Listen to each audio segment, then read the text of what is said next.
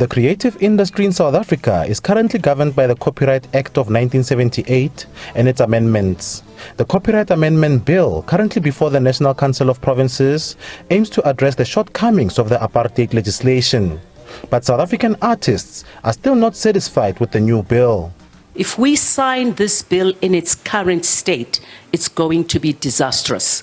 It's not that we don't want the bill to be signed, but we're saying to the president and the people and the powers that be, look at it, so that we don't go back after 10 years. Our children who want to be in the creative industry are still having the same problems. The people abroad, artists abroad, the repeats on television, on radio, it's money to them. Joe Mafela, if he was abroad, he would not have died without money. So the more you get the repeats, the more you get money. So the guys who were involved in Victors were happy that in London that they're getting more money because of the repeats. So in South Africa, 16 artists were expelled, Menzi Ngubane and all of them, because they were saying there are repeats, right, in terms of copyright. So you watch generation here, but it's seen elsewhere. And what about those royalties? They were all fired. I think it starts with how we treat them. Minister means servant. It doesn't mean boss. It does not mean celebrity. We are the celebrities. So ministers must understand.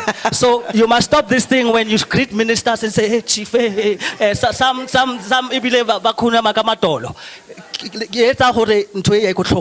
The Copyright Act of 1978 and its amendments were declared unconstitutional after Blind SA instituted a court action at the Gauteng High Court. The National Assembly passed the Copyright Amendment Bill in September 2022 and transferred it to the National Council of Provinces for concurrence. Despite progress made over a decade, artists say the fair use part of the bill will leave them worse off than they were during apartheid. As creatives, let's agree that we all need change. It's a change that affects not just us, but generations. You're talking about an amendment bill that gives rights. You're talking about a performance bill that gives rights. You're talking about an IP bill that gives rights. And then straight after that, you're talking about fair use. That is taking away the very same rights that you are giving. They've gone and imported this monstrosity called fair use, particularly from the United States legislation. Now with fair use, what happens, and the way they've drafted it here, they've even gone further than what's in the United States legislation.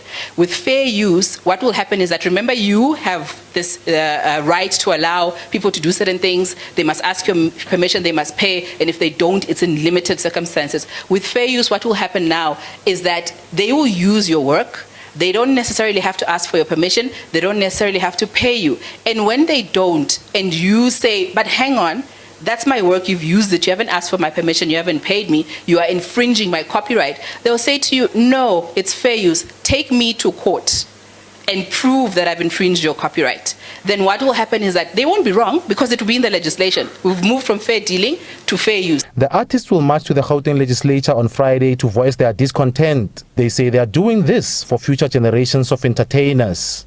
Offense Estimo, SABC News, Johannesburg.